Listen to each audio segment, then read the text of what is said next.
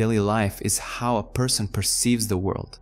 But can everyone change their daily routine, achieve what they need to, and control the course of events to help them fulfill their own destiny? Absolutely yes, using the practice of changing everyday life. The practice of changing everyday life is the safest, most profound, and incredibly effective practice. Now we will look at how it works and how it should be performed. The practice of changing any everyday events was described by the woman warrior Taisha Abelar. Taisha Abelar was a student of the famous mysterious writer of the 20th century, which is Carlos Castaneda. Castaneda wrote in his books about the ancient mysterious knowledge of the Indians of Mesoamerica. He called this knowledge Nagualism. Nagualism teaches that a person is connected to the world not only physically, but also energetically, and also that behind every person there is an inexplicable and immortal force, which the followers of Nagualism call spirit. Followers of Nagualism insist that the life objective of each person is to develop within oneself the spirit, which must be heard and improved. The practice of changing everyday life itself consists of three main stages, namely, expressing out loud the decision to change something, acting clearly and consciously, and developing a sense of complete impartiality. But what do these stages mean? The fact is that Taisha Abelar only briefly mentions the practice of change in her book, The Sorcerers Crossing, A Woman's Journey. Therefore, in order to reveal the working principle of the practice of changing everyday life, it is necessary to go beyond the scope of this book and resort to the help of both the philosophy of the West and the secret knowledge of the East. So let's begin to analyze the very practice of changing everyday life. First stage. The first stage in the practice of changing of your daily life is to be able to verbalize your decision to change something. When we use the words "to be able," we were not mistaken. Saying about your decision to change something is far from sufficient to attract changes into your own life. First, a person must learn to interact with the force. Force is a mysterious energy that emanates from the spirit of man and at the same time permeates the whole world. Taisha Abelar in her book states that changes come to a person's life only with the force. The teaching of Nagualism, to which Abelar belongs, teaches that since the human spirit is in an unawakened state, there is a constant lack of force in one's life. At the same time, from Abelar's book, it becomes clear that in order to change, a person needs to attract the force into one's life. Followers of Nagualism, or magicians as they call themselves, teach to attract the force by concluding an agreement with it. An agreement with the force allows a person to fill every day with meaning, inspiration, and courage.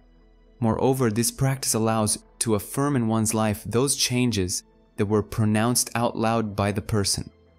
Carlos Castaneda himself, in his closed lectures, warned that the force can take over a person's life and instead of an ally, turn into the ruler of the life of the one who called upon it. This happens if a person, instead of wanting to serve the force and the changes that it brought, called on the force in order to use it for one's own selfish purposes. To avoid this, Castaneda explains that a person must, at the time of the agreement with the force and the announcement of the desired changes, express the right intention, which should be aimed at improving not only one's life, but also the lives of other people. True intention is a desire expressed by a person's spirit itself and not by one's personality. Force should not be used to accomplish personal petty goals and changes that concern only the good of the individual.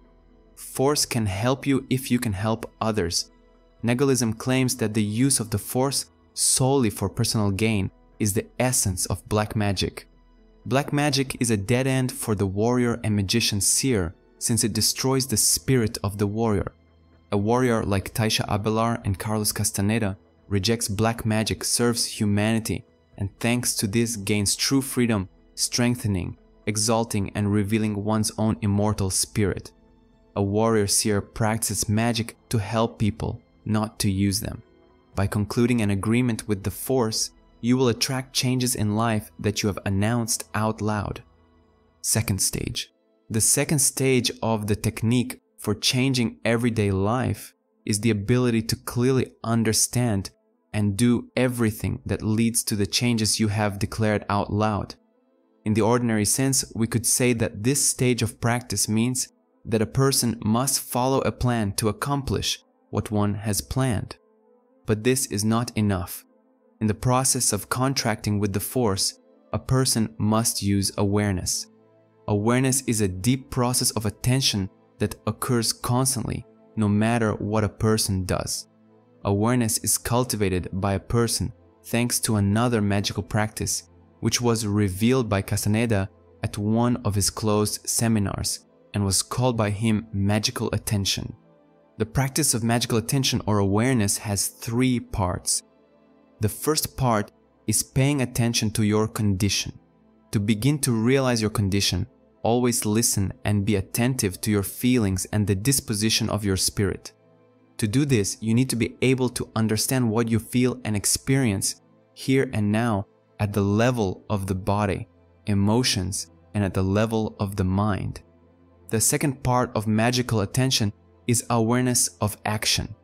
To stick to your plan to achieve change, you must be constantly aware of what you are doing and how you are doing things at the moment. What does it mean? There are clear criteria for awareness of action.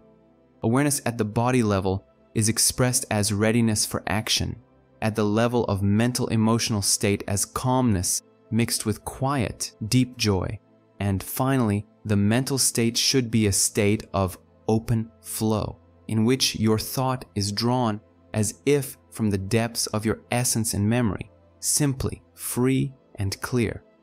The third part of magical attention is awareness of listening.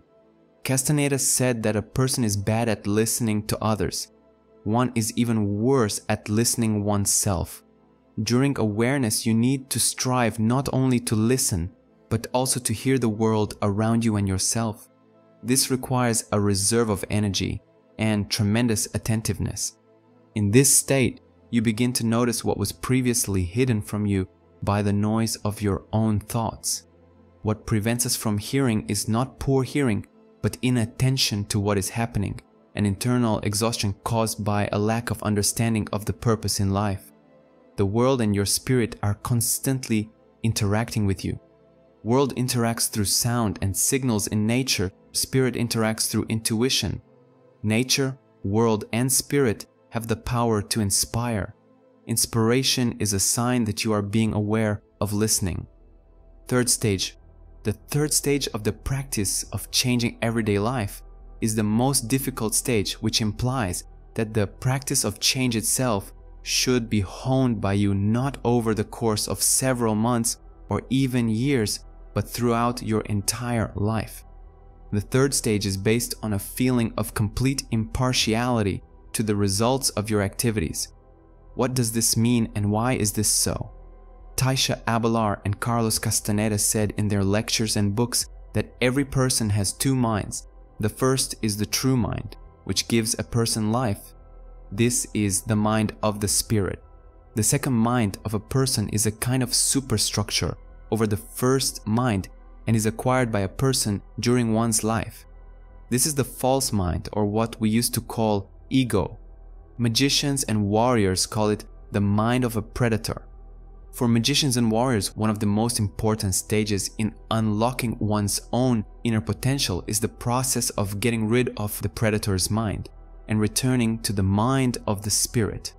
The magical act, as understood by the sorcerers of Nagualism, is the act of pure interaction with the world through the mind of the spirit, bypassing the selfish tendencies of the predatory mind in man. In his book, The Active Side of Infinity, Carlos Castaneda mentions the words of his teacher, an Indian named Don Juan.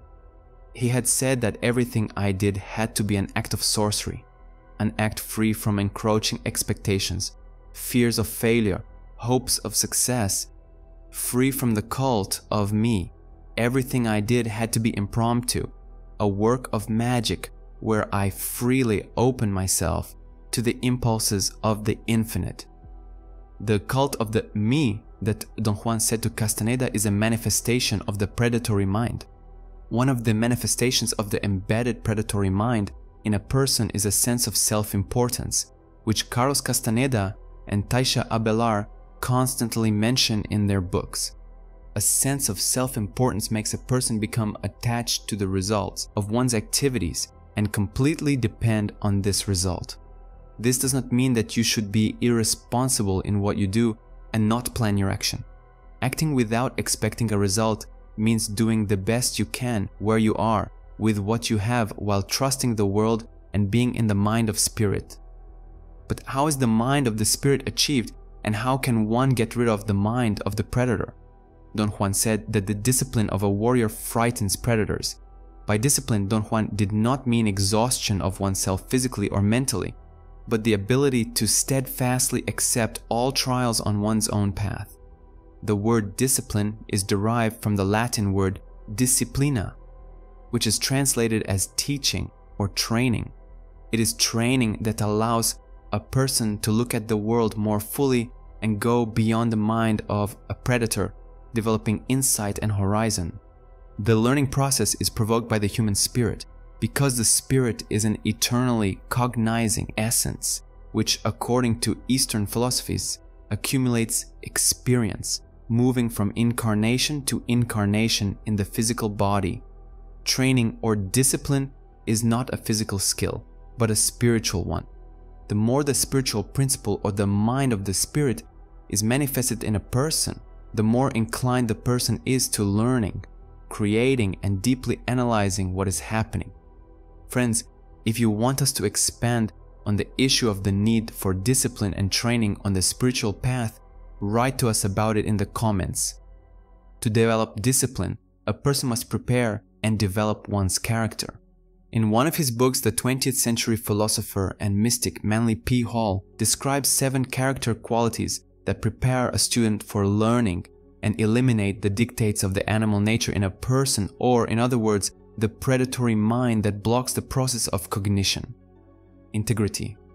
Integrity, according to Hall, is an irresistible inner urge to do only what is wise, noble, and beautiful. In a general sense, integrity is the alignment of your life with your inner drives. How to develop? Reveal the nobility of your soul through creative work, culture, and creativity. Introduce these qualities into your life everywhere and always. Discernment. Discernment will allow you to discern the essence of things in accordance with the development of the nobility of your character, and also to choose only what corresponds to the beauty and sublimity of your noble aspirations. How to develop? Be courageous so as not to be afraid to follow your inner convictions, and honest so as to accept responsibility for everything that happens to you in your life. Diligence. Diligence is the ability to work purposefully, meticulously, patiently, and sincerely towards your goal. At the same time, diligence also presupposes the ability to take a break from work. Rest has nothing to do with laziness. Laziness is an indicator of false priorities and lack of understanding of what is happening. How to develop? Learn to direct physical and mental impulses to work and creativity. Patience. Patience is defined by Hall as the energy of the soul. The more developed your character, the nobler the impulses of your soul, the more energy and force you have to progressively act for the sake of your plans. Patience allows you to calm your burning feelings, concentrating on the sublimity and truth of your goal. How to develop? Always act progressively, from smaller to larger, from simple to more complex, from a small goal to a large one. Moderation. This quality involves avoiding extremes in any matter, be it physical activity or your beliefs. Moderation allows you not to waste yourself by avoiding extremes and to use your spiritual strength where it is needed most. How to develop? Avoid intemperance, both in relation to your body and in relation to your emotions, such as anger, malice, envy, and hatred. Detachment. Detachment frees you from the sense of possessiveness that often makes a person a slave to circumstances or things. Detachment is the ability to work for a high goal, sacrificing what is temporary and not important. How to develop? Learn to enjoy the process of work. This is best done when a person consciously and voluntarily works for the benefit of others. Relaxation. Relaxation involves a good-natured attitude towards both yourself and others. Taking things too seriously creates tension. When you're in tension, you become exhausted. How to develop? Learn to laugh not at the world but with the world. Use a healthy sense of humor. The practice of changing everyday life described by Taisha Abelar has truly enormous potential and can attract the force into your life. The force comes with changes. But in order to master the practice of changing everyday life, a person needs to enter into an agreement with the force, engage in awareness, show the right intention, study and constantly improve one's character. A prepared character is fertile ground for the fruits of learning or spiritual achievement in your personality. It is these fruits and achievements that are the most important and necessary changes in one's life. For it is through them that a person improves one's spirit and gains freedom, getting rid of the mind of a predator